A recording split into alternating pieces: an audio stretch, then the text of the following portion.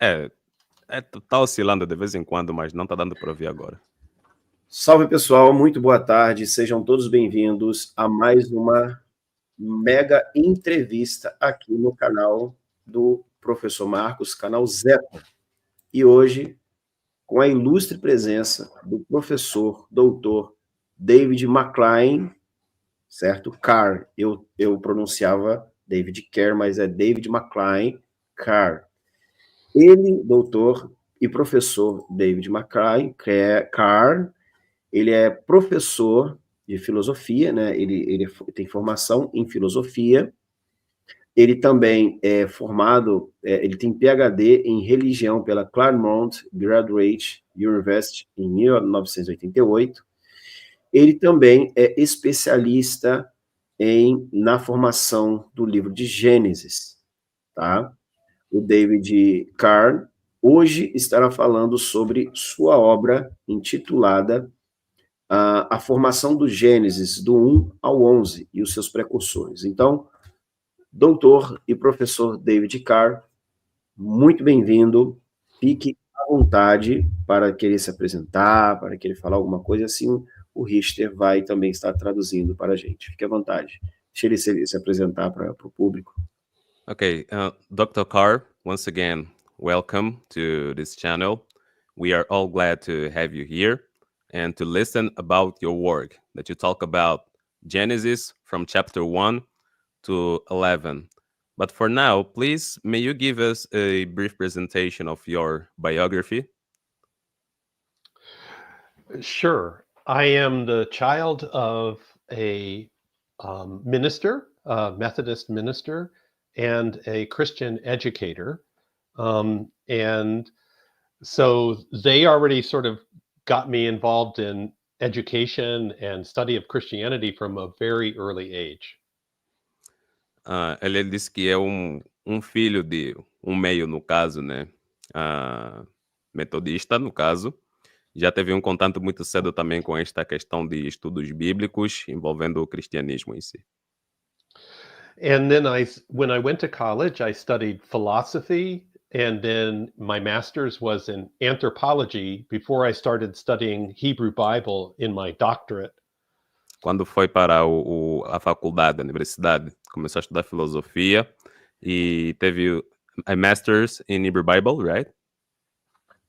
Ok. Yes. Antropologia e um mestrado na Bíblia hebraica também. Yeah. Wow. In my doctoral work, I studied another text outside Genesis, the story of Solomon gaining wisdom at Gibeon, and the growth of that text over time, and compared that with interpretation of that story among early Jewish readers up to and including the New Testament. So this was a study of how the Bible already has a conversation going between different layers of interpretation. E no seu doutorado ele fez um estudo sobre Solomon of... I didn't get about Solomon after you said Solomon. Yeah, Solomon gets wisdom. Yes. And this story grew over time. And I studied how that growth of the text through additions had a form of interpretation already there inside the Bible. Ok. No seu trabalho de doutorado ele fez um estudo sobre de um texto extra-bíblico, fora da Bíblia, sobre Salomão ter ganhado este conhecimento e como isso foi se desenvolvendo em si ao longo do tempo também. And that interest in how the Bible already has layers of interpretation in it took me to my second book, which was a better known book called Reading the Fractures of Genesis. And it was published in 1996. E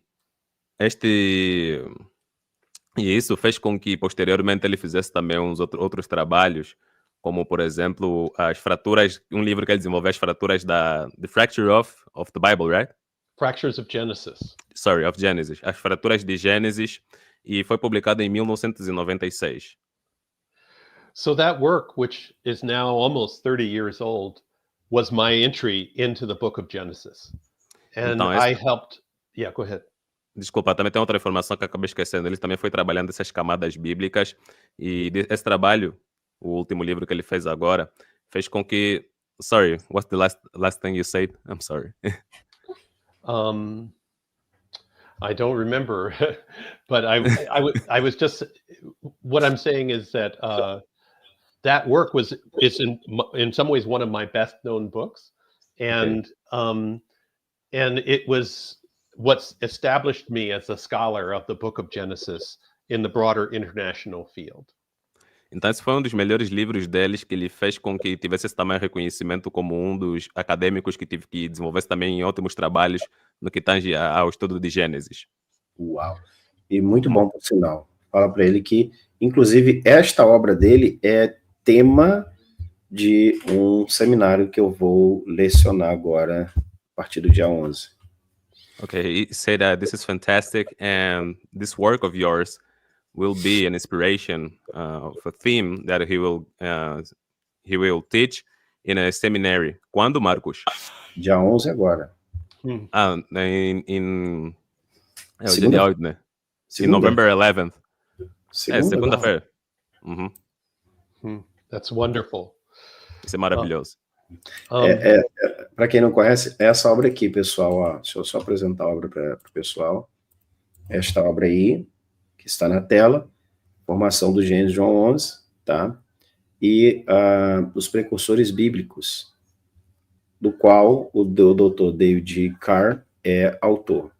É uma excelente obra, eu estou estudando a fundo e pegando todas as referências. E ele tem mais alguma coisa para falar antes da gente prosseguir? Dr. Carr, do you have anything else to talk about your biography, or it's okay? I would just say that in the decades after writing that book on Genesis, I learned many things about the way people changed texts in ancient world and ancient scribes. And this most recent book on Genesis 1 to 11 is my collection of the insights that I've learned over the last 35 years of additional work on Genesis. Ok. Com o passar do tempo, né, à medida que ele foi se aprofundando mais nessa questão do estudo de Gênesis, culminou no que seria este livro aqui que foi exibido na tela, que é um compilado de toda aquela gama de estudos e conhecimento que ele foi estudando ao longo do tempo sobre Gênesis. Por isso é que isso lhe motivou a desenvolver estudos especificamente sobre Gênesis 1 a 11. Uau, muito bom, muito bom. E assim, pergunta a ele se a gente já pode dar prosseguimento para a gente poder pegar os tópicos das pautas. Antes, deixa só receber o pessoal aqui, pergunta a ele se ele pode aguardar só para eu poder receber rapidamente algumas pessoas que já estão aqui. Okay. Dr. Carr, may you hold up just a little seconds? Marcos will just receive everyone that it's coming now from the chat here. Just a few seconds.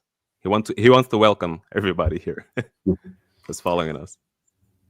Ok, o Cronos já está por aí, muito boa noite, seja bem-vindo. Boa tarde, Cronos, seja bem-vindo. O professor Arilson também, a Sara também já se encontra aqui, o Léo, o Joe, o Leonardo, o Léo Cobain, já falei do Cronos, o César também está por aí, boa tarde, César. O El também chegou por aí, boa tarde. O Mike também já está por aí. A Carla, a Uberlândia, a minha esposa, o Raí também chegou aí, o Eunuco Donossor e também o Ederson. Bom, agora vamos às perguntas. A primeira pergunta que eu tenho para o Dr. David Carr é: Dr. David Carr, quais são os principais modelos propostos para a compreensão da formação de Gênesis do 1 ao 11? Como a literatura canônica e não canônica influenciaram a sua análise? Por gentileza, Richter. Okay, we're going now for the questions, and follow here the interview outline. So the two first questions, Dr. Carr, are: what are the main models proposed to understanding the formation of the book of Genesis from chapter 1 to 11? This is the first question. And the second question, you may not answer right now because I believe you need time to answer before the first question. But the second one is, how do canonical and non-canonical literature influence your analysis? Okay, thank you. Wonderful questions. Ok.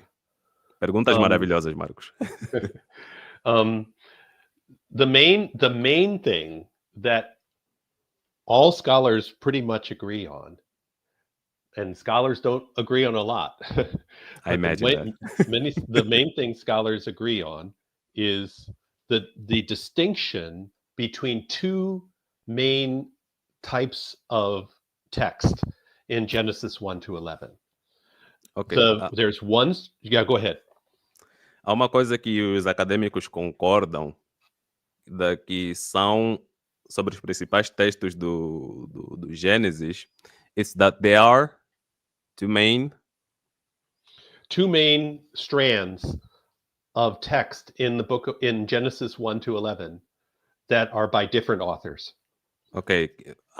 Uma coisa que os acadêmicos concordam é que não há uma unanimidade, eles perceberam uma certa diferença, certas diferenças nos textos dos livros de Gênesis que os remetem a um caminho de que há diferentes autores aí. There is one strand of texts that scholars call the priestly texts, and they include the story of the creation of the whole world in 7 days in Genesis 1. What would be priestly? I'm not familiarized with this priest, word. Like a Catholic priest? Priest. A priest, yes. The priestly texts. Uau. Traduz aí pra gente. Sim, é que usa uma palavra aí que não estou familiarizado, mas percebe-se que em textos como, por exemplo, lá no Gênesis, na parte da criação, em 7 dias, né? Que é um texto de priest seria sacerdote, pregador, né? É um texto que tem, como posso dizer, uma identidade de pregador. Like the author was a priest, something like that, Dr. Carr. Yes. Isso, como se o autor fosse um sacerdote, um pregador. So this priestly author or priestly group of authors wrote Genesis 1. They wrote a genealogy of Adam to Noah in Genesis 5. And they wrote one part of the flood narrative in Genesis 6 to 9. Ok. Então, esse autor ou autores, pregadores, sacerdotais, no caso, né? Eles escreveram o texto de Gênesis a partir da criação, incluindo também o que seria o episódio de Noé. And then there was another group of authors who wrote an earlier set of texts that started with the Garden of Eden story in Genesis 2 through 3. And then they went through the Cain and Abel story and the genealogy of Genesis 4, and a different strand of the flood narrative in Genesis 6 to 9. Então, há outro grupo também de sacerdotes que escreveram esses textos que envolvem a criação, como Gênesis 2, e parte também do que seria a história de Noé. Então, são camadas redacionais. São camadas redacionais, certo? So they're like layers. Right now in our text, these two different versions of the early history of the world are woven together like strands of a rope. So they're different, but like they were put out together, but you may differentiate them. Ok, então são como cordas que... Imagina como se cada corda fosse um autor diferente, né? Escrevendo algum texto lá que esteja em Gênesis. Só que eles também... E agora imagina as cordas amarradas. É como se eles tivessem feito isso. Mesclaram, isso que você disse, né, Marcos? Essas camadas para formar como se fosse só um único texto, mas são de autores diferentes.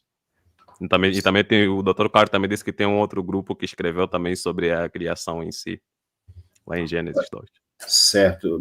Eu sei que é uma pergunta até difícil, mas essa camada, ela é identificada pela questão da escrita, correto? So these different layers, they may be identified with the different type of writing. Yes. Então, They Sim. they have different language. They have somewhat different ideas. Okay.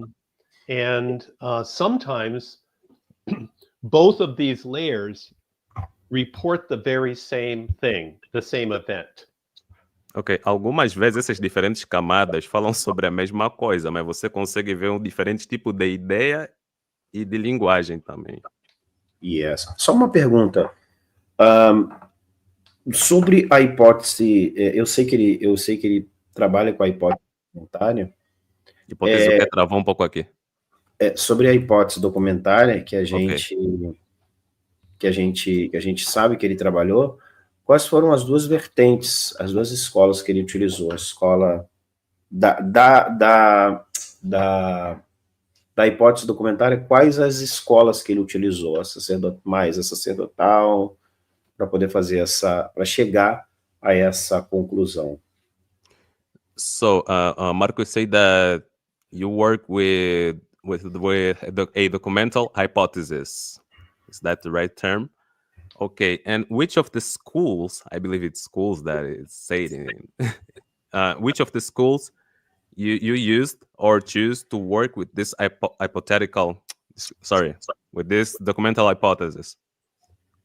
So yes, the basic model I work with is the documentary hypothesis, and the idea behind that hypothesis is that these two layers of text originally existed on their own separately, and then they were later combined with each other.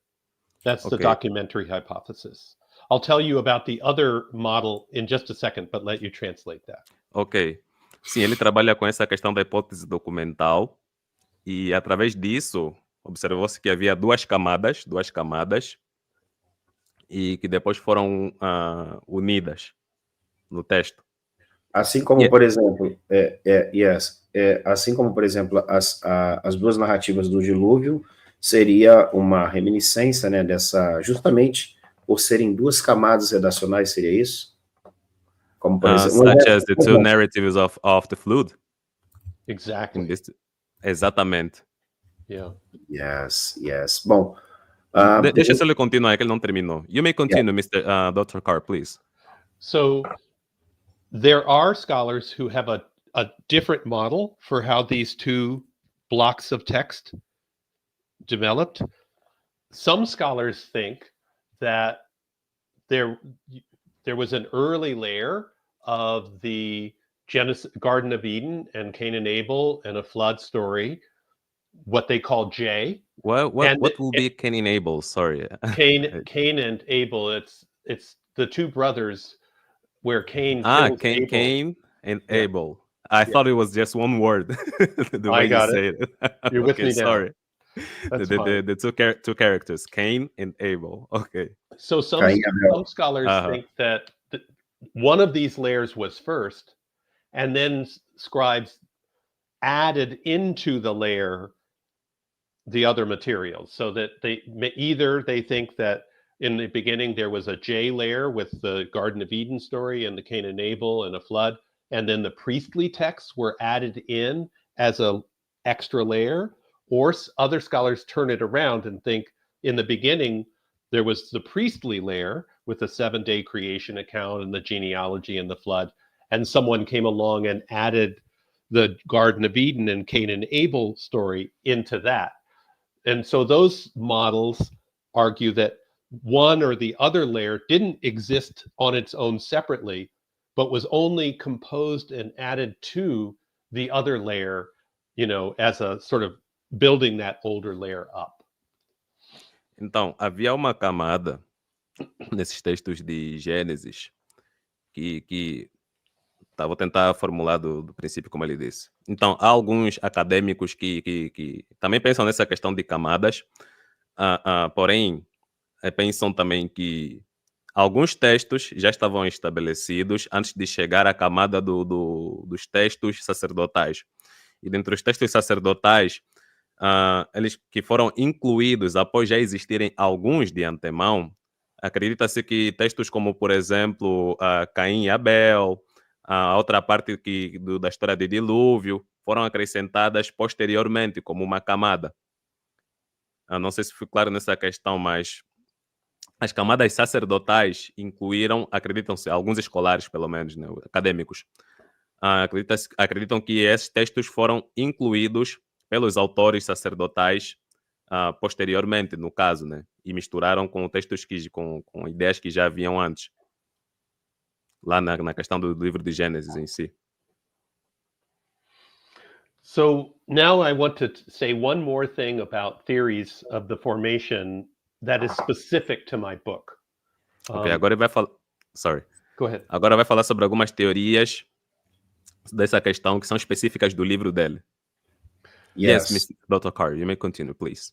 Yes, in my book, I argue that the very earliest version of the stories in Genesis 1 to 11 was the Garden of Eden story, the Cain and Abel story, and the story of Noah and his sons in Genesis 9, where Noah curses his grandson Canaan.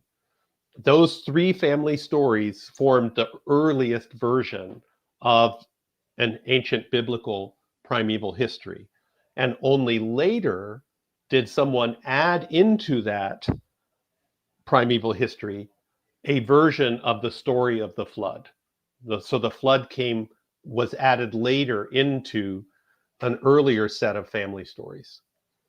Okay, it's Cain and Abel, Noah and his son, and the third family is? It's a Garden of Eden story with Adam and Eve. Ok. No trabalho do Dr. Carr, ele pensa, no seu trabalho no livro, né, o que ele expõe, a ideia que ele expõe, é de que haviam já ideias anteriores, como Adão e Eva, Caim e Abel, e Noé e seu filho.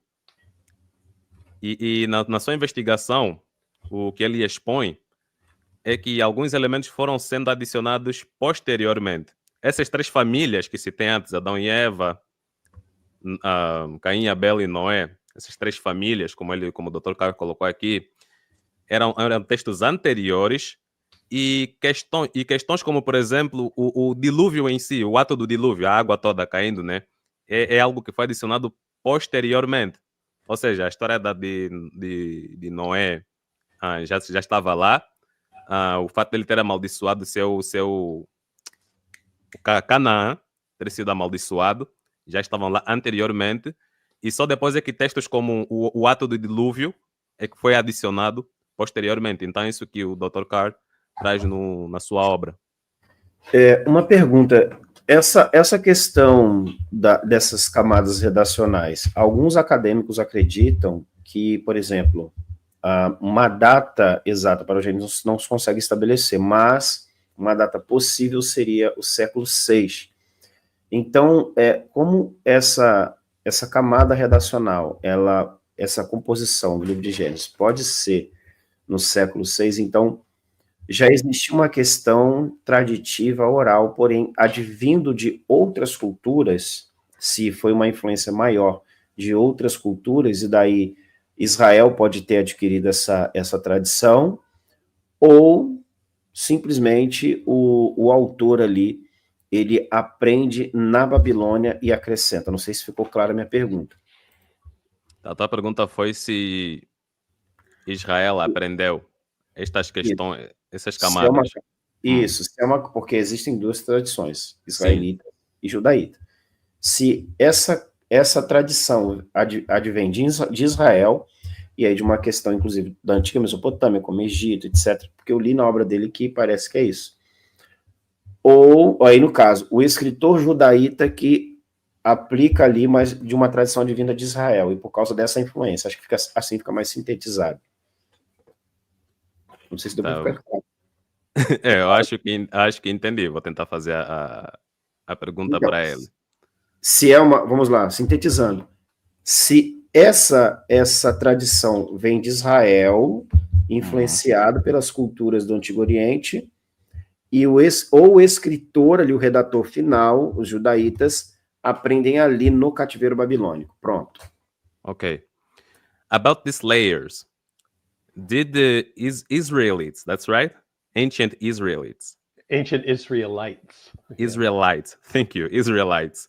Mhm. Did the ancient Israelites added these layers on the text with an influence of traditions, oral traditions, or it was an influence from the Babylonical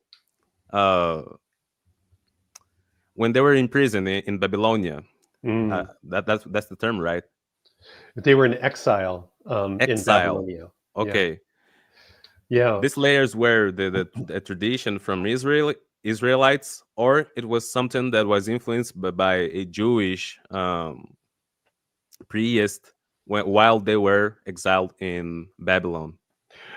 I would say that the addition of the flood story into these older stories was very much influenced by Babylonian traditions about the flood, and the Bible's version of the flood story matches those Babylonian stories point by point in many ways, except in those stories there are multiple gods, some gods causing the flood, other god rescuing someone, whereas in the Bible there's only one God who does everything. But they were the one thing I would adapt is I think they got this Babylonian flood story before they went into exile, during a time when they had contact with Mesopotamian culture.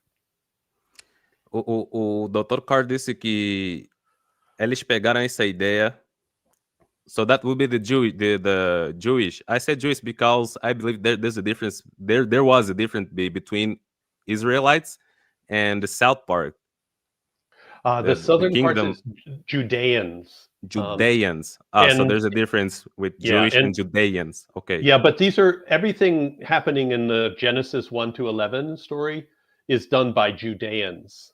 Judeans. Okay, I didn't know the right word for that, for the ancient Jewish. Judeans. Thank you. Então, o Dr. Carr disse que isso foi influenciado para esse texto. Ele acredita que essa questão do dilúvio foi emprestado dos babilônios, sim, porque teve a questão do exílio, mas parece também que era algo que foi emprestado antes do povo ser exilado. Eles já tinham conhecimento desse tipo de mitos, né, de informações, antes de eles serem retirados do seu lugar e levados até lá ao exílio babilônico. Já tinham contato com esse tipo de histórias. E também disse nessa questão de que, apesar dessas semelhanças, apesar dessa camada, por exemplo, da questão do dilúvio em si, o ato do dilúvio, ter sido acrescentado após já existirem aquelas tradições sobre esses personagens, né? Apesar de ter sido acrescentados depois, há essas diferenças, como, por exemplo, na versão dos babilônios, eles falarem de vários deuses, e na versão dos antigos judeus, eles falarem só de um deus. Então, existem semelhanças, resumindo, existem semelhanças. Eles tiveram aprendizado sobre o dilúvio, acrescentar essa camada posteriormente, porém, segundo o Dr. Carr, parece que eles já sabiam disso antes de serem exilados, ou seja, antes de serem retirados da sua estadia e levados mesmo lá no outro território. Ou seja, as camadas, havia questão traditiva oral, porém de outros povos, no caso ali daquela região do Antigo Oriente, ali principalmente na região da Mesopotâmia, e aí no cativeiro os redatores, no caso os judaítas, os sacerdotes, né, eles passam a compilar e a colocar como se fosse, no caso, atribuindo a criação e origem, mito da criação, no caso, a origem do seu povo, no caso, esses mitos do dilúvio, como se tivesse acontecido algo e que isso fosse conhecido pelo seu povo, e era uma tradição Ou seja, só confirmando aquilo que a gente sempre fala, uma questão traditiva que já existia, porém não foi um dilúvio universal, apenas regional. Eu acho que está bem respondida essa pergunta. E, sim, eu acredito que ele tem essa visão também de que foi um dilúvio local, uma enchente local, correto? Eu só confirmo. Dr. Carr, Marcus asked if you have what do you think about the flood? If it was something regional or a global flood? How do you think about this point? I think that people all over the world experienced floods at different times, and they were catastrophic. So you see all around the world, people tell stories of floods destroying the world. I'm an example of that, Dr. Carr. Great. Recently, yes, I live in South Brazil, and 5 months ago, a disaster happened here. I was one of the victims of the flood in here in the South, yes. O Dr. Carr disse que ele acredita, obviamente, né, que houveram muitas enchentes pelo mundo inteiro, né? E foram mais questões que aconteceram em lugares específicos. Yes, you may continue, please. So the people in Mesopotamia who started writing the particular version of the flood and rescue story we see in the Bible in its biblical form, they had floods every spring when the snows of the mountains melted and made the rivers of the Tigris and Euphrates overflow. Então, o povo da Mesopotâmia, eles viviam normalmente com essa questão de enchentes por causa do derretimento das neves dos montes naquela região que desaguavam até o rio Tigre e Eufrates. Isso geralmente acontecia na primavera. So they experienced that kind of destructive force. And so when they told these stories of the origins of the world, they imagined them as a bigger version of the floods that they experienced in their actual lives. Those floods were real. The cosmic flood that they told about is probably something they developed as part of their mythology. Ok.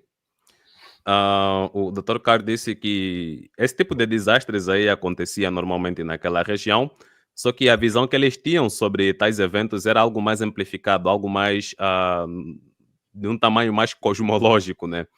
Como se fosse algo que atingisse grandes escalas, mas geralmente era só mesmo algo regional. Mas a forma como eles escreviam aquilo remetia mais ao sentido mitológico da coisa. Exatamente. E um dos acadêmicos que endossa isso daí é o Dr. Mário Liverani, acho que ele conhece. Okay, and Marcus said that one of the scholars that also talk about this is Mario Liverani, and he shows just now his book. Yes. Okay, I know him. One thing I would say that's interesting is that the people of Judah, they lived in an area of hill country that did not have floods. An area of, sorry? They lived where the Judeans lived. They did not deal with floods very much. Okay. So one mark that this is a tradition from somewhere else is that it focuses on a flood event that wasn't normal in the land of Israel. Ok. O povo de Judá, do reino de Judá, não experienciava esse tipo de fenômenos. Esse tipo de fenômenos era mais corriqueiro ao povo que se encontrava mais na região... Não, o Dr. Carr disse que Israel... Não, o evento da enchente, a enchente. Sim. O evento. É real, enchentes acontecem. E o Mário Liverani confirma isso daí. Desculpa te cortar. O Mário Liverani e outros arqueólogos, como Israel Finkelstein, Neil Arch Silberman, dentre outros arqueólogos, confirmam isso daí. Sim, e na região deles não acontecia esse tipo de eventos, né, que seriam enchentes. Então percebe-se claramente que o texto foi elaborado com base nos seus vizinhos que vivenciavam esse tipo de fenômenos. Uau! Pergunta para ele se ele quer tecer mais alguma coisa, a gente já pode passar para o outro tópico. Dr. Carr, do you want to add anything else, or we can pass to another question? I'm ready for another question.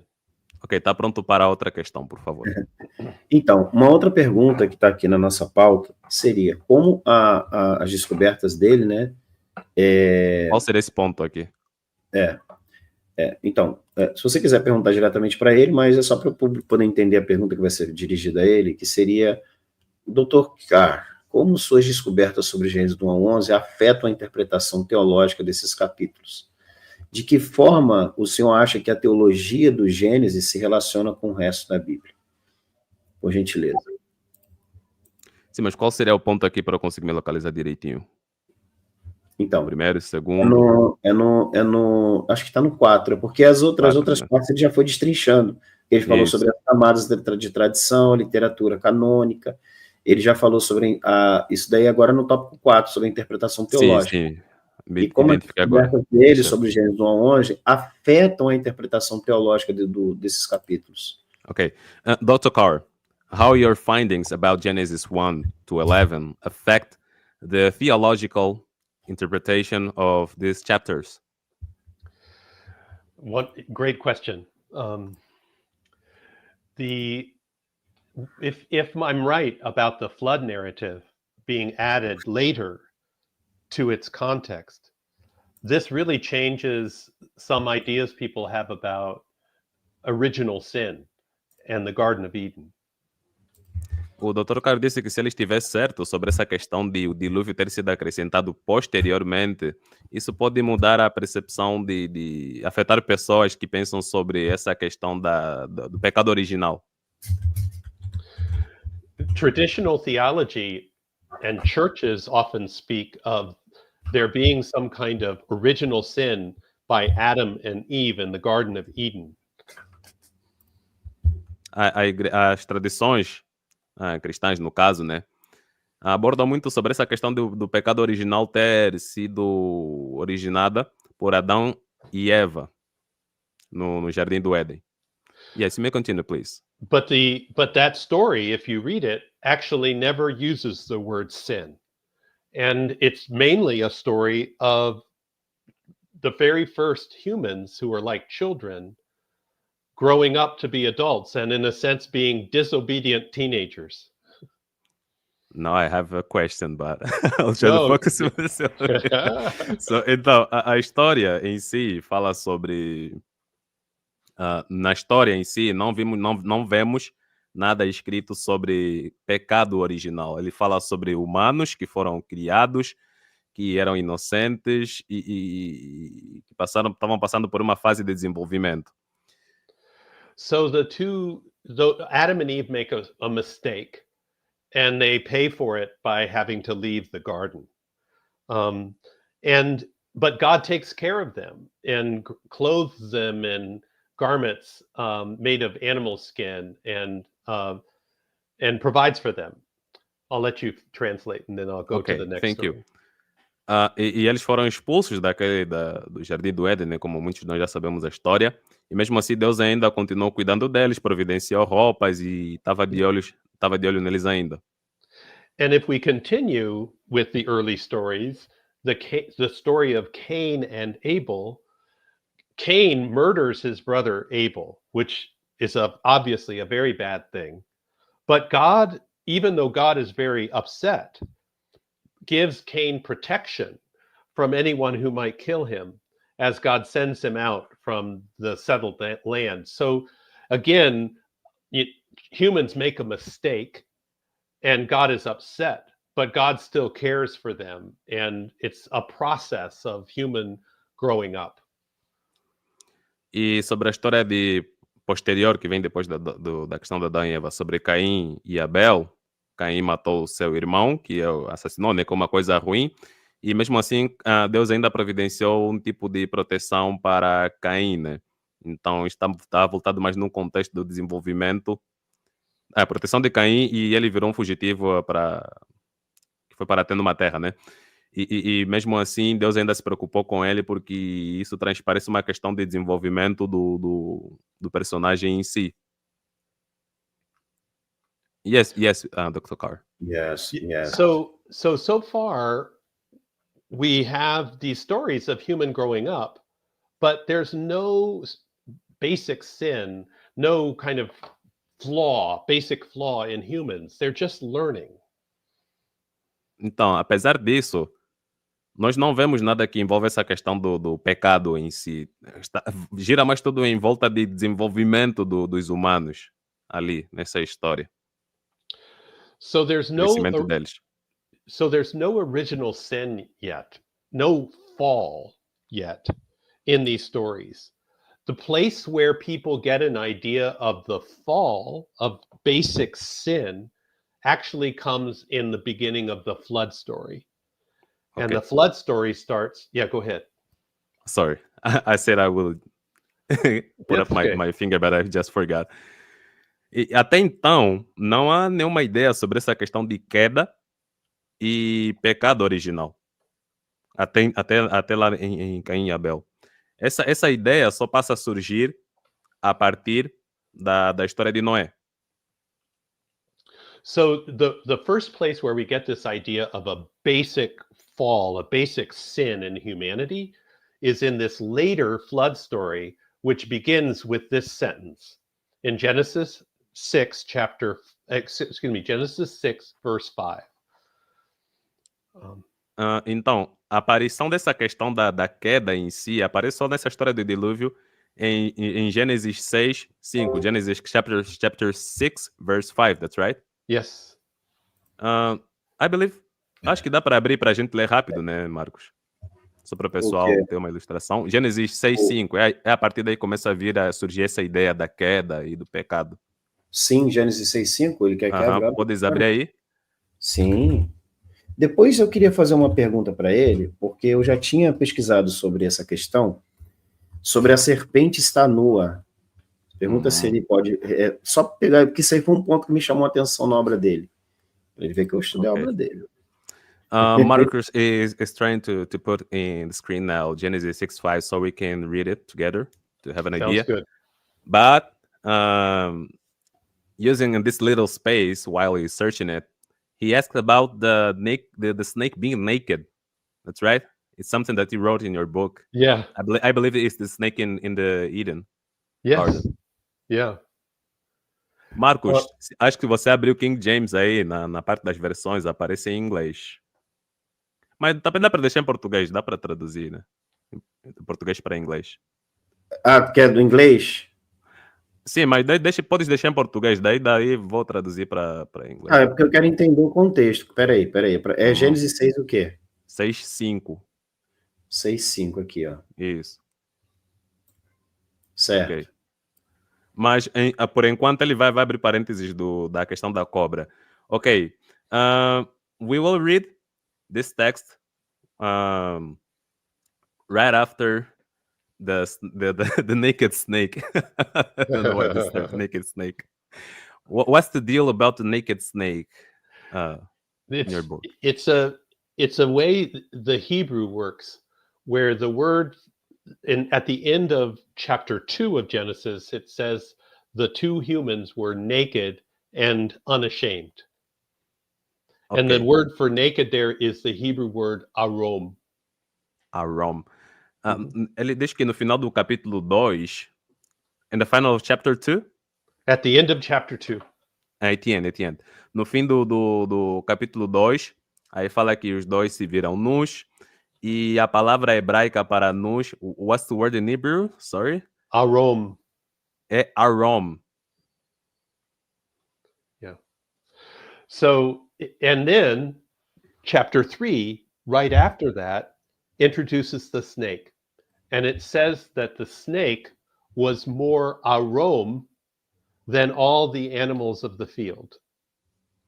Sorry. Okay. Let me see. In chapter 2, Adam and Eve, they weren't ashamed about being naked. They were naked, arom, okay. but they were not arum, but they were not ashamed. Okay. And Genesis 3, it uses a slightly different form of the verb, noun, but it says the snake was more arum than all the animals of the field.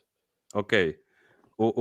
Corrigindo aqui, né? No fim do capítulo 2, Adão e Eva estavam nus, mas não tinham vergonha da sua nudez.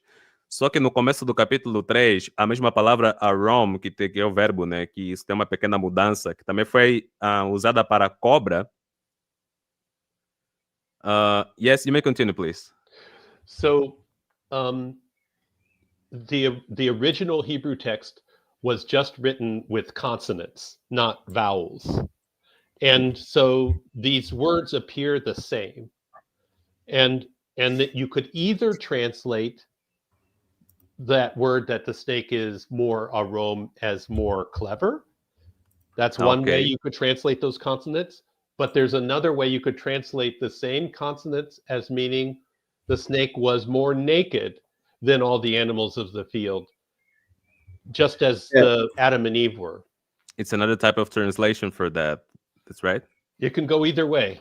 Either way, ok. Os hebreus usavam mais a questão de consoantes e não vogais. Foi isso que o Dr. Carr falou.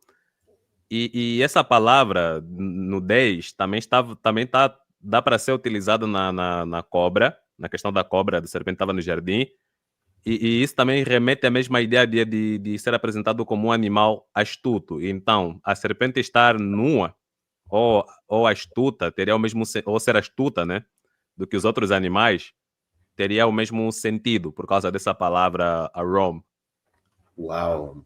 Foi isso que me chamou a atenção quando eu estava analisando a obra dele, e eu vi que eu particularmente, eu não tinha percebido, e olha que eu estudo hebraico, eu sou estudante de hebraico também, leciono hebraico, mas eu particularmente, não havia percebido essa nuance ali. E desejo para ele, assim, os parabéns, porque foi uma parte que me chamou a atenção, e eu confesso que me passou despercebido aos meus olhos, mas eu quero agradecer ele por essa observação e trouxe isso daqui em live, tá? Só desejo ele os parabéns. Marcos também... said that it was brilliant for this. You were brilliant for this observation of yours, because he studies Hebrew for a while, and he didn't notice about this point, the specific point about the naked snake. Esse aqui, avisa ele que esse aqui é o meu ex-professor, o Dr. Márcio Simão, também, que está aqui prestigiando ele, está agradecendo aí, parabenizando ele também. Ok. Dr. Carr, Márcio, who's now in the screen, in the comment here, in the comment section, is Márcio. Márcio is Marcos' teacher. Oh. He used to be his master. Yes. And he's congratulating you for being here to give us a little bit of your knowledge and talk about your book. It is my honor. Okay, é uma honra do doutor. We may now proceed to the text. Sorry. It's okay. It's okay. Vamos prosseguir agora para o texto, né? Gênesis 6, 5. Acho que seria bom fazer uma leitura em português e depois para o público, né? E depois a gente o Gênesis 6:5, pessoal, é o seguinte, aqui diz o seguinte, ó. E viu o Senhor que a maldade do homem se multiplicara sobre a terra e que toda a imaginação dos pensamentos de seu coração era só má continuamente. Vou pegar aqui e fazer a transliteração para o... inglês. Acho que tem a versão aí... você consegue traduzir direto, né? Eu consigo traduzir direto. É mesmo? Dá para traduzir aí na tela? Esqueci. Peraí. Escolhi outro idioma, português, inglês, coloca aqui.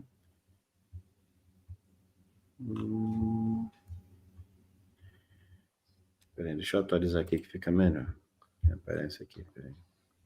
O teu não traduz com clique direito? Tipo, se você dá um clique direito em cima da tela aí. Aqui já tá pro inglês aqui, ó. Aqui. Mas aqui para nós ainda está em português. Então, mas aqui não tá mostrando aqui, ó. Ó. É que não tá aparecendo. Exatamente, tá vendo aqui, ó? Aqui, ó. Deixa eu tentar traduzir aqui, peraí. Não tá mudando, continua em português. Aí. talvez mudares a versão lá onde aparecem as Bíblias diferentes e botar King James. E aí aparecer em inglês. Peraí. Pergunta ele se pode ser do Bob Hub. E aí eu pego aqui Gênesis 6. Qualquer coisa eu posso compartilhar também minha tela aqui. Gênesis 6:5. 6. Peraí. King James, né? Uhum. Ela tá em inglês. 6:5. Genesis 6:5. Where's the chapter 5? Aí. Chapter, não. Verse. Ok. Aqui, ó. Tá There is marcado. Genesis 6:5. Okay. Sorry for taking a long time, Dr. Carr. That's okay. We may continue now in where we were in Genesis 6:5. It's there in the screen. Okay. So can I continue? Yes. Please. So here we have an idea that suddenly humans are wicked, and every formation, every aspect of the human heart is evil all of the time. This is a new idea, and so it's not clear. People had to ask themselves, where would God have seen this evil? And they concluded it must have been when Adam and Eve disobeyed God in the garden. And that was when they fell into original sin. So it's a new idea, and I didn't get the last part. Basically, they Is took there a the relation or is there not a relation with Adam and Eve? This new idea in here, there's verse 5. basically someone added this flood story with this Okay. idea that humans were very wicked into the Okay. text. And when that was now in the text, later readers had to figure out how is it that humans are so evil by this time, and they took this idea and projected it back into the earlier stories that didn't have it in the first place. Ok. Então, esse versículo, versículos 5, desculpa, é uma ideia que foi adicionada depois, como estávamos falando antes da questão das camadas. E é ali onde, como vocês viram lá no texto em português, né, onde se traz essa ideia de que a humanidade tinha muita maldade no seu coração e tal, e por aí vai. Essa ideia aí. Mas por ser uma ideia posterior, adicionada posteriormente pelo autor, ou autores, né? As pessoas tiveram que pensar como é que vamos relacionar isso com o texto lá atrás de Adão e Eva. So people who read this and tried to fit it with the story of Adam and Eve were the ancient ones? We already see some people in the decades right around the time of Jesus, so they are early Jews, 500 years after or more after this was written. But the Dead Sea Scrolls already start to decide, oh, this sin that God sees at the beginning of the flood was committed in the Garden of Eden. 500 so the Dead years Sea Scrolls before. already show this. Ah, ok. Os manuscritos do Mar Morto já mostravam essa ideia de pessoas, de alguma forma, tentando associar essa ideia que tinha sido acrescentada, que é o versículo 5, com a ideia lá de Adão e Eva. Então, na época do versículo dos escritos do Mar Morto, já tinham pessoas tentando, de alguma forma, conciliar isso daí. Uau, cara, muito bom, muito top. Pergunta se ele pode tirar da tela, ele vai fazer mais alguma leitura? Dr. Carr, you will do another observation in this text, or we may put it out of the screen? We can take it out. Ok, podemos prosseguir. Beleza. A outra pergunta que a gente vai descer aqui para ele seria: Uau! Contexto histórico e contexto cultural. Que insight sobre o contexto histórico e cultural dos antigos israelitas o senhor encontrou ao estudar esses textos? Ou seja, como esses contextos, né, influenciaram ou influenciam a compreensão de Gênesis? Tá na pauta sim, tá? Sim, tô vendo já aqui. Okay, we will proceed to another question right now. What insights about the historical and cultural context of the ancient Israelites did you find while studying this text? This follows really well on your last question. Ok. Isso segue muito bem a última questão que foi a última pergunta que foi feita. Sim, então beleza. Show. Não, vamos lá. Não, ele vai continuar. Ele só está dizendo que seguiu muito bem a última pergunta. Não, porque eu entendi que ele já tinha meio que respondido. Não. Ele vai continuar. Yes, Dr. Carr, you may continue, please. So we can ask ourselves, why would someone add a story of wicked humanity that God then decides to kill with a huge flood? Why would someone add that kind of story into text that had a different idea of humans not being so bad? Ok, mas por que alguém, nós podemos nos perguntar, por que alguém adicionaria um texto dizendo sobre essa questão de... Opa, my camera just stopped here.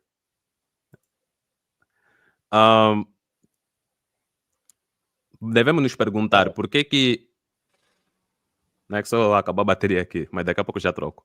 Por que o autor decidiu colocar um texto, essa ideia de uma humanidade que estava tão caída, né, desviada, assim, perversa? Por que ele partiu para esse ponto daqui? Mr. Carr, I will just change here the battery, my camera battery, very quickly. Just give me a few seconds, please. I'll be right back. Okay. Should I wait to answer until then? Yes, just a second, please. Okay.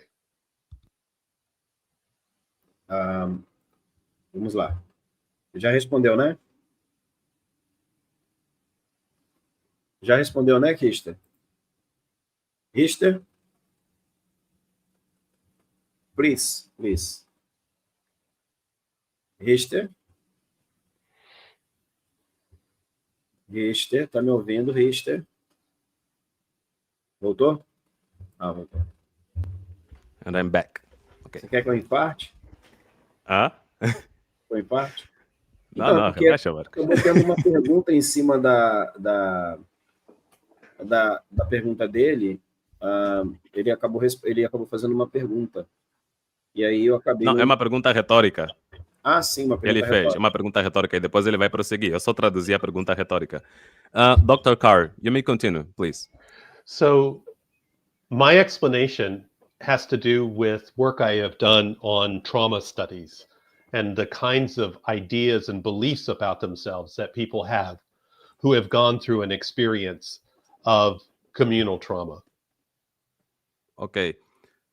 Então, o estudo que o Dr. Carr fez tem a ver com a questão de traumas.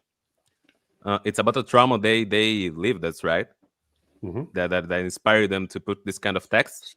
Yes, because one of the most consistent things that traumatized people do when they go through suffering that they can't control is to find a way in which they can blame themselves for that trauma and see that there's something in them that caused that trauma, which then makes their world more understandable. It stops being random and starts to have some sort of meaning. Ok. Então, a pergunta retórica que ele tinha feito, né, que ele levantou aqui, com relação a essa resposta que ele dá, é que a motivação por isso deve ter sido algum tipo de trauma que fez com que pessoas, de alguma forma, abordassem sobre esses traumas e servisse como um meio de abordar, como posso dizer, de lidarem com isso, com esses traumas. E isso ainda tem a ver com a questão do versículo 5 aí de Gênesis. Uau, cara, muito interessante, muito interessante. A perspectiva dele é basicamente um tanto parecida com a do Collins, pelo que eu estou percebendo. Pergunto se eu estou enganado ou algo So assim. your perspective about this subject is similar to Collins, John J. Collins. John J. Collins. Or his is similar to mine. Ou dele é similar ao meu? Foi isso que ele disse agora. Não, sim, não. Na verdade, assim, o Collins não abordou exegeticamente, assim, num ponto exegeticamente, mas também um contexto histórico. Mas a perspectiva dele, na verdade, a perspectiva dele se aproxima, são idênticas, dele, a do John Day e a do Collins, na verdade. Entendeu? Mark, you say that Collins had a different view about this when it comes to his historical point too, but in a way, it looks identical, the way you think about this kind of subject. Yes. I mean, one thing I would say is that as the Judeans in Jerusalem went through life, they were oppressed by different empires, the Assyrians and then the Babylonians, and I think this flood text was added in to their story of the world's beginnings as they went through those experiences of suffering. Então, os antigos judeus no reino lá de Judá, né, viveram por experiências que, claro, geraram essas questões traumáticas, foram dominados por assírios, por babilônios, e por questão desse sofrimento eles escreveram textos sobre as suas origens e por esse motivo também adicionaram esse tipo de conteúdo, né, como no caso do dilúvio. Por causa dessas questões traumáticas, da opressão que eles tiveram de alguns povos para com eles. Parece também que há muita influência de algumas cosmogonias egípcias dentro do... Is there an influence of Egyptian cosmology? It's not cosmology. Cosmogonia seria... Cosmogonia. There's a word that is cosmogonia. I believe it's a cosmological view. Cosmological. Yeah. Yes. A cosmological view of the ancient Egyptians. There was an influence of Egyptians too, with this point of view. You mean about the wickedness of humanity and the flood, or something else? Sobre o dilúvio e essa questão da humanidade está fraca e perversa, outra coisa, Marcos? Por exemplo, criação do homem do barro, há uma... não necessariamente desse versículo, né? Mas, tipo... Não. Ok. Não necessariamente desse versículo. Mas, not specifically about this verse, this chapter and verse, but things like, for example, creation, man being created from the clay. Did Egyptians also influence somehow the ancient Jewish? I forgot the word again. The Judeans. Yes.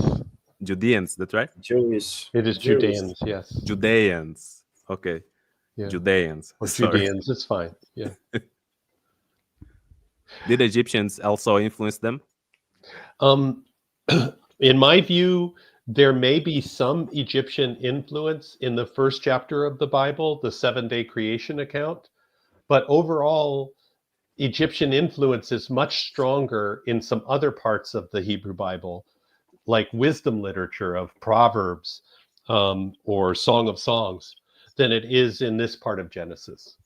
The Egyptians don't seem to have had as many written creation traditions as the Mesopotamians did. And so it seems like the main influence here is from ancient Mesopotamia, the area we now call is the country of Iraq. Então, os egípcios não tinham muito escritos sobre a questão da criação. Quem faziam mais isso eram os mesopotâmicos, que escreviam mais sobre criações e afins. Agora que tá, devemos separar isso. O Dr. Carr disse que na forma como ele pensa, ela acredita que deve ter alguma influência egípcia no livro de Gênesis, ainda mais na parte que se fala da criação em 7 dias. Deve ter alguma influência. Porém, ela acabou de dizer também que pegando livros de Provérbios e Cântico dos Cânticos, aí ele claramente afirma que há sim a influência egípcia nesses escritos, na Bíblia hebraica. Não, sim, muito bom. Essa foi uma das pontuações que eu vi no trabalho dele. E tem uma outra parte que eu vi do trabalho dele, que são os precursores do Gênesis, porém textos bíblicos que são anteriores ao livro do Gênesis. Se ele quiser falar alguma coisa nesse sentido, como Salmo 104, acho que Salmo 74 também, que ele cita na obra dele. Tá, isso aqui está no livro de Gênesis do 1 a 11 ou já é outra obra? Na obra dele. Nesse mesmo livro, né? Esse mesmo livro. Ok. Dr. Carr, in your book that talks about Genesis 1 to 11, you also talk about the precursors of the book of Genesis. Yes. For example, text of Psalms and 104. Salmos e Salmo 104, Salmo, acho que Psalms 74. 804. Yes. Salmos que também? Salmo 74. Psalms 74. Psalm 104 is the main one I talk about, which some people think has some links to the hymn to the sun in Egypt. And so that might be one place, it relates to the Genesis 1 creation account, where there might be some Egyptian influence in our chapters, Genesis 1 to 11. I didn't get the idea, sorry. Okay, that's fine. The main place where scholars, and me included, see a possible connection to a specific Egyptian tradition is ways that the first chapter of the Bible, Genesis 1, where God creates the world in 7 days, parallels parts of Psalm 104. And Psalm 104, in turn, is similar to the Egyptian hymn to the sun.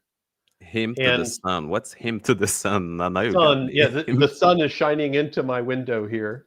Okay. And it's an Egyptian song to the sun, a hymn. A hymn, like the hymn of the United States, hymn of Brazil, hymn. Yeah. Okay, I got the idea now.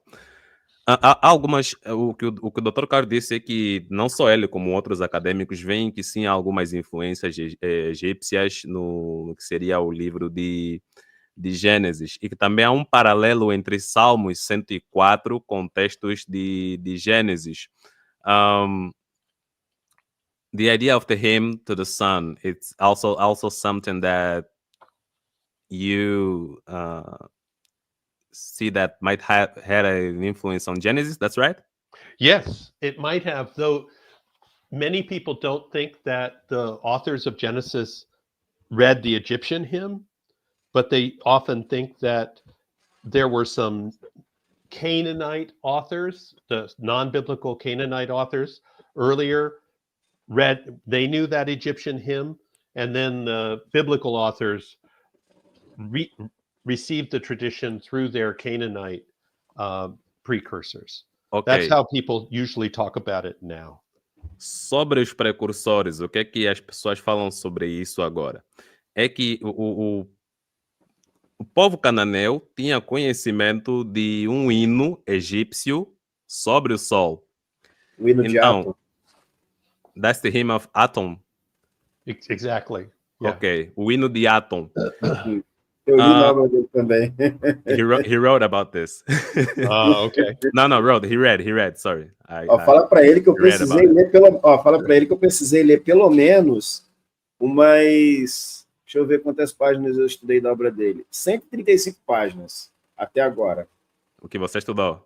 Que eu estudei, principalmente sobre os precursores e todo esse compêndio ali de Gênesis 1, 2 e 6. Marcus said that he studied about your work. Como é que é? É que eu tô pensando é que eu tenho uma resposta aqui que ia traduzir algo que ele falou. Daí tô Precisei tentando.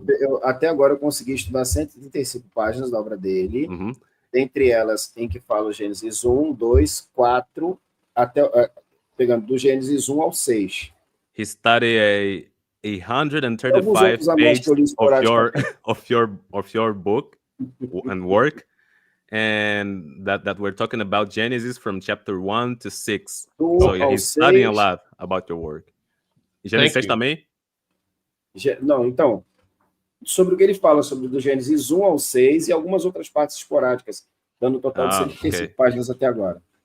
So resuming here, he said that he's studying a lot about your work, and he read or studied for about 135 pages, and Genesis 1 to 6 and other things you also worked in. E sobre o que ele tinha dito antes, né? Que era porque eu não queria esquecer, estava tentando me lembrar Hino de aqui. Atom. Sim, sobre o hino de Atom. O povo cananeu tinha conhecimento, não digo o povo em geral, né? Alguns pelo menos, tinham conhecimento sobre esse hino, e isso deve ter influenciado também autores a fazerem o uso desse conhecimento que o povo cananeu já tinha para introduzirem no texto lá de Gênesis, nessa questão que vocês estão levantando aqui sobre os precursores. Uau! Eu já tinha lido essa parte, inclusive tem algumas questões ali eu não vou entrar nessa parte do povo cananeu, mas houve uma influência realmente do grupo, do povo egípcio, do Império Egípcio, né, da cultura egípcia, nos escritos cananeus. E pergunta se ele quer argumentar mais alguma coisa em cima disso, para ele ficar à vontade. Okay, Dr. Carr, do you want to add anything about this specific point? No. Não, por enquanto não. Vamos partir para o Prosseguir. próximo tópico? Pode ser? We may proceed now to the Acabando next já também. topic. Vamos ver. Qual é o próximo? 6, né? Seria o Ou 6. 6, tá. Eu acho que essa parte aqui ele já respondeu, mas pergunto se ele vai querer enfatizar como é que Gênesis de 1 ao 11 se compara a outros textos da literatura do Antigo Oriente Próximo. E se existem paralelos significativos que apoiam as suas conclusões. He believed that you already answered that, but if you want to add something anyway, we will proceed to the 6th point. That is the next question. How does Genesis 1 to 11 compare to other texts in ancient Near Eastern literature? And are there significant parallels that support your conclusions? Yes, there are many connections between these chapters, and especially between these chapters and other Near Eastern texts. There are many more connections than there are to other parts of Genesis. It's the authors of this part of Genesis knew many other texts. Então, os autores dessa parte de Gênesis conheciam muitos outros textos e assim uma conexão com outras literaturas do Oriente Próximo.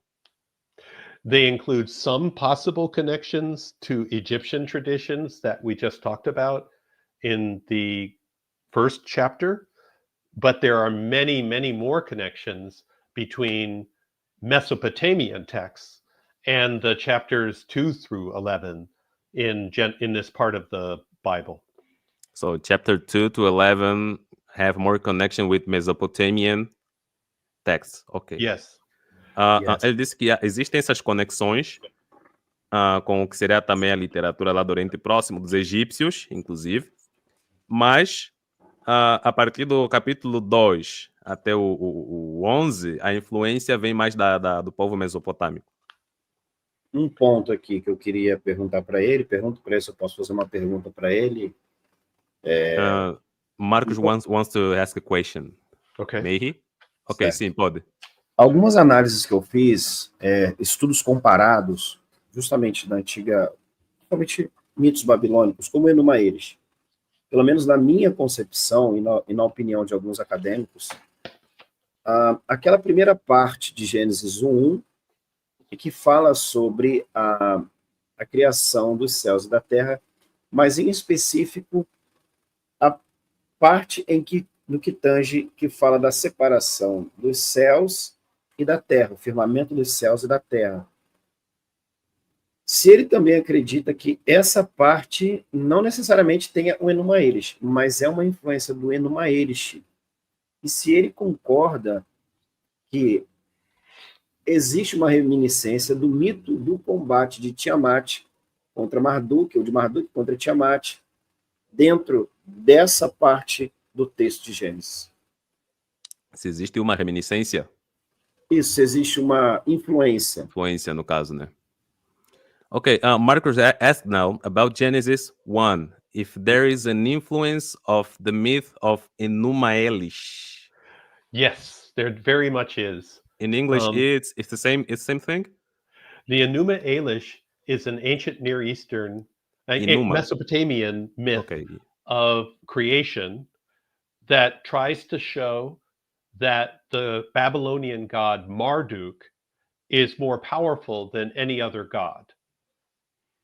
Então, no mito de Enuma Elish, há essa questão de que eles tentam mostrar que o deus Marduk é mais poderoso do que os outros deuses. Is there a relation between Marduk and the name Marduk and Mordecai? Not as far as I know. No? Okay, so it's Marduk, right? Mhm. I thought it was Mordecai. The pronunciation was Mordecai, but it's Marduk. Okay. Yeah. And about the separation of earth, the creation of earth and heaven. The creation of earth and heaven and the separation of earth and sky. Is there a relation with the myth? It's still the question. It's still Mark's question. There is an influence of the Enuma Elish myth too, in this kind of aspect, the creation Yes. of heaven and earth, separation of earth and sky, related to Marduk and Tiamat? Yes, Marduk in the Enuma Elish creates the heaven and the earth when he kills the goddess Tiamat and splits her body in two. And Genesis 1 now talks about God creating earth and heaven through building a dome, a roof to separate the upper and lower oceans. So Tiamat is a water goddess, and Marduk splits her in half, and God does the same thing in Genesis 1. Ok. No mito de Enuma Elish, dos Mesopotâmios, Marduk, enquanto batalhava com Tiamat, golpeou ela e separou em duas partes. Tiamat seria a deusa das águas. E ao separar ela é que criou os céus e a terra. E já em Gênesis, também se repara um aspecto parecido, onde Deus, no caso, cria os céus e a terra. Só que, para Deus separar as águas de cima e de baixo, ele coloca um domo, um firmamento que é para fazer essa separação. E há uma semelhança com o que seria, então, isso no mito de Enuma Elish. So in this way, God, in Genesis 1, does everything that Marduk does in the Enuma Elish, only he does it better. And there's no other God beside God in Genesis 1. So Genesis 1 tries to show how God is much better and more powerful and alone than the supreme Babylonian god Marduk. But Marduk did it by himself also. Well, that's yes, but Marduk he acts alongside other gods, and he has to have a big fight with Tiamat, whereas God in Genesis 1 just says a word and it's done. So in the Bible, just by using the word, he wanted to show that he's more like a badass. Exactly. Something like that. Okay. He's way more badass than Marduk. Ok. Então, apesar de existirem essas semelhanças aí, existem essas semelhanças, claro, em Gênesis e o mito de Enuma Elish, e o Deus da Bíblia parece-se muito bastante com Marduk. Só que em Gênesis dá-se mais ênfase no que o Deus da Bíblia estava fazendo, tentando mostrar que ele é mais poderoso. É como se fosse uma apologia a esses outros deuses, correto? Apologia ao Marduk. O Deus da Bíblia será uma apologia ao Marduk, só que melhor, mais poderoso, porque conseguiu criar com a palavra. Então deu-se mais ênfase, enxertou-se mais coisas nele. Marduk teve que ainda a ajuda de terceiros, né? E no caso do Deus da Bíblia, fez tudo sozinho. Ou seja, há uma semelhança, mas naquilo que foi escrito em Gênesis, colocou-se ele como se fosse mais poderoso ainda do Ou que seja, Marduk. deu-se ênfase para poder colocar essa divindade acima dessas outras divindades, o que seria uma apologia, propriamente dita. Posso usar como uma pergunta para o Certo. doutor? Então, o último ponto que para a gente passar para as duas, para a última pauta, seria o seguinte: você falou sobre o poder da palavra. Isso também, alguns acadêmicos, alguns pesquisadores já identificaram na questão da criação na teologia menfita. A pergunta se ele corrobora com essa visão de que os autores também tiveram contato com essa ideia da criação pela palavra advinda da criação menfita ali no Egito. So, Dr. Carr, you talk about the power of the word, God created by using His word. Some scholars have this idea that this might be an influence of the Memphites, or Memphis. Memphite. Yeah. Memphite. Okay. Yeah. I'm learning new words in here. I'm not used to it. Memphite. Some scholars believe that there is a Memphite theology influence on that. How do you think about it? About this thing of creating with words? If there's an influence? It's possible. I think if there is another Egyptian influence in the Bible, that would be a major candidate. But the Enuma Elish has Marduk create things by speaking a word and then uncreate them. And because of there are so many other links between Genesis 1 and the Enuma Elish, it's easier to explain the creation by word through that reference than it is to posit a specific relation to the Memphite Egyptian text. Ok. Yeah. O Dr. Carr disse que pode haver, porém, na mitologia lá suméria, o Marduk também faz e desfaz também com o poder da sua palavra. Então isso pode ser também indicativo de que em Gênesis poderia ser mais uma questão da influência da mitologia lá dos sumérios do que propriamente do texto menfita. Sim, Tava mudo aí. eu perguntei porque esse texto parece datado do século VIII e também tem alguns acadêmicos que também endossam essa possibilidade que ele trouxe. Perfeito, olha, tá Paulo, basicamente... o menfita é do século VIII, né? O texto. Isso, data de 700 e pouco. Acho que está na estela, não sei do faraó Sabteca, alguma coisa assim. Marcos, o doutor já perguntou aqui no chat que ele daqui a pouco já...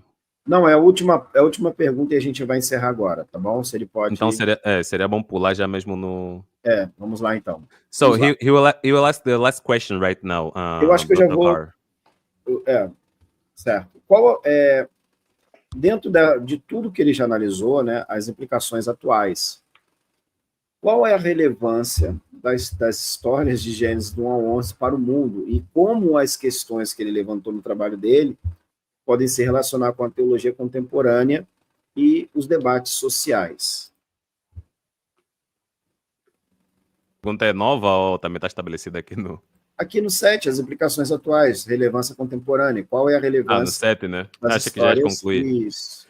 Okay, Dr. Carr, what is the relevance of the stories in Genesis 1 to 11 for the modern world? How can the issues raised in your work engage with contemporary theological and social debates? Yes, that's a great question. We haven't talked much about this part of Genesis 1 to 11, but the chapters that talk about the world after the flood talk about how all humans are relatives, that we are all related to our common parents, Noah and his wife, and are part of those families of the earth that come from them. And at the same time, these stories, starting with the story of Cain and Abel, talk about the impact of human actions toward each other, like when we are violent toward each other on the earth.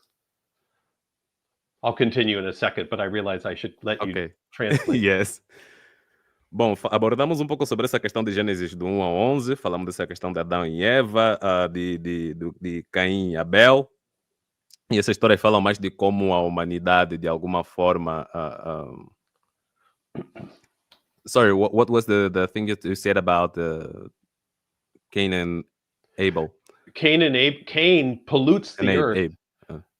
Cain pollutes the earth with the blood of his murdered brother, and earth then won't yield its strength to Cain anymore.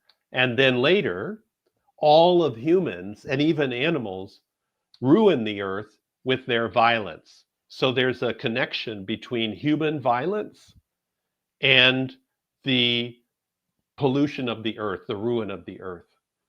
Então, nessa parte de Caim e Abel, há uma relação entre a violência humana e o fato de Caim ter poluído a terra com o assassinato de seu irmão. So there is these stories tell us that we are all relatives, and when we are violent toward each other, there is a reaction from the earth that can bring a flood. Então, essas histórias dizem que nós temos relação um para com o outro, né? Que tivemos uma mesma origem, quando vem lá de Adão e Eva e tal. E que essa questão da violência também estaria relacionada com o fato do episódio de Caim e Abel e que isso foi o motivador do que seria o dilúvio. So now we have a society with much violence and damage to the broader world. And as you experienced in your life, and we experience here too, there are floods and there are fires and there are ways in which the earth is impacted by what we do to each other. E agora, pelo que nós fazemos um para com o outro, há um mundo que é impactado por isso, onde há enchentes, onde há fogo, onde há muito mais violência e por aí vai. Yes, Dr. Carr. So these stories really present us with the question of how we will relate to the rest of our human family, and whether we will ourselves, find a way to survive. Então, essa história nos faz pensar de como nós vamos lidar com nossos familiares humanos, no caso da espécie humana, e com Entendi. relação a... Sim? Yes. Então, uma última questão aqui. Quais são os projetos dele para o futuro, né, relacionado à pesquisa bíblica? Se ele planeja escrever mais obras sobre o Antigo Testamento, ou desenvolver novas teorias nessa direção, nesse propósito aí. Okay, to finish right now, Doctor, what are your future projects about these biblical studies? If you intend to create more projects and studies in the future, do you have a thing to talk about this? Yes, it's I became interested as I worked on these chapters on how much they talked about animals. And so my current project looks at the way these chapters build up a picture of human domination of animals, of male domination of women, of masters' domination of slaves, and how all those different systems are connected. Então, So para isso, that's my current project. o projeto futuro dele é entender essa relação com relação aos textos bíblicos, né? Essa dominância do homem que nós vemos lá, a relação com os animais, e a questão da escravidão também que estão descritos nesses textos. Esses são os futuros projetos que ele vai abordar sobre, né, esses assuntos específicos. Uau! Olha, ele quer deixar alguma mensagem para aqueles que querem estudar a obra dele, ler a obra dele, ou estudar sobre esse assunto, para a gente fechar? Okay, do you have a message for those who want to read and are interested in your work, in your projects or books? A final message? I just want to thank you for your attention to my work and your careful questions about it, and wish you the very best. Ok. Ele agradece bastante por atenção pelo seu trabalho, por atenção que você deu para o trabalho dele, o cuidado também que tomaste nas perguntas que elaboraste para essa entrevista e deseja o melhor. Deseja o melhor. Agora tem uma última observação que eu queria fazer e queria saber se ele pode fazer isso para mim. Mais uma. Uma última observação. Como que eu faço para pagar as taxas e uma obra dele autografada? Eu pago a obra dele autografada, porque eu virei muito fã dele. Eu tô falando sério, gente, isso não é demagogia. He's asking how many tax he has to pay to have a book of yours with an autograph. We can work it out. Tá, podemos trabalhar sobre isso. Eu pago, eu pago o frete, pago o custeio, pago a obra lá, eu quero uma obra autografada dele, eu gostei muito do trabalho dele, acho que eu sou o único, eu fui o primeiro aqui no Brasil a entrevistar ele, né? Pergunta e confirma com ele aí. Is Marcus the first one having an interview with you here in Brazil? Yes. Sim, és o primeiro. Agradeço muito, fala para ele que sou fã dele, virei fã dele. Ok. E que quando ele quiser, qualquer obra que ele lançar, a hora que ele quiser, o canal está aberto para ele, tá bom? Muito obrigado, doutor.